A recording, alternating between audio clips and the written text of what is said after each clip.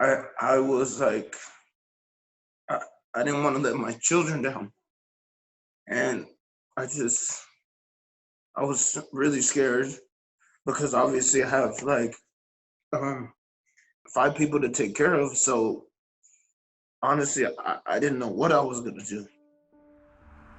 Well, in the start of the pandemic, our rent was actually raised as well around the same time in March.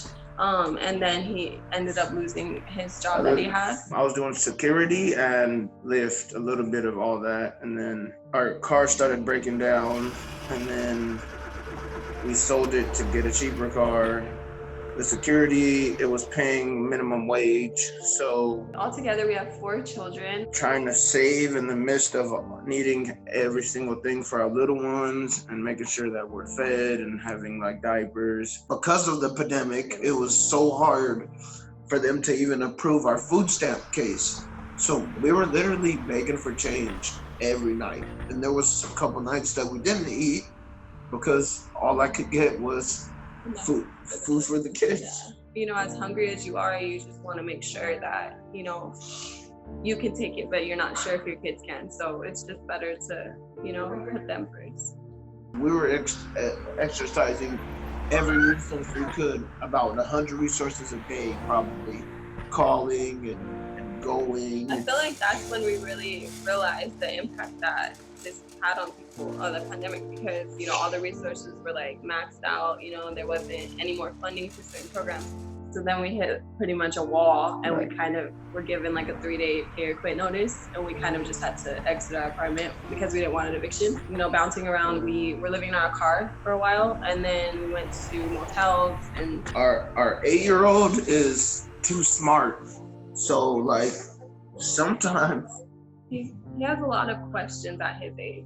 For instance, living in the car situation, he would be like, why can't we go home? Go home. You don't want to tell him too much because he's too young for that, you know, to take on all that. And that's our responsibility, you know, to get them through this. It's not their burden, you know, to put on their shoulders. But we try to make it look like camping for the most part. Like or like, oh, we're just going on a trip, or you know, because that's what people do. When they go camping, they sleep in their cars, or they have tents. And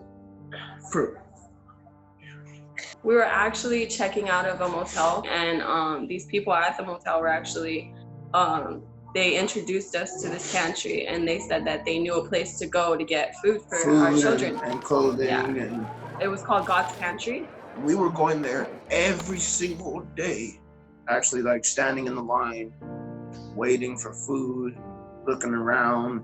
There was other families too, but there wasn't other families as big as ours.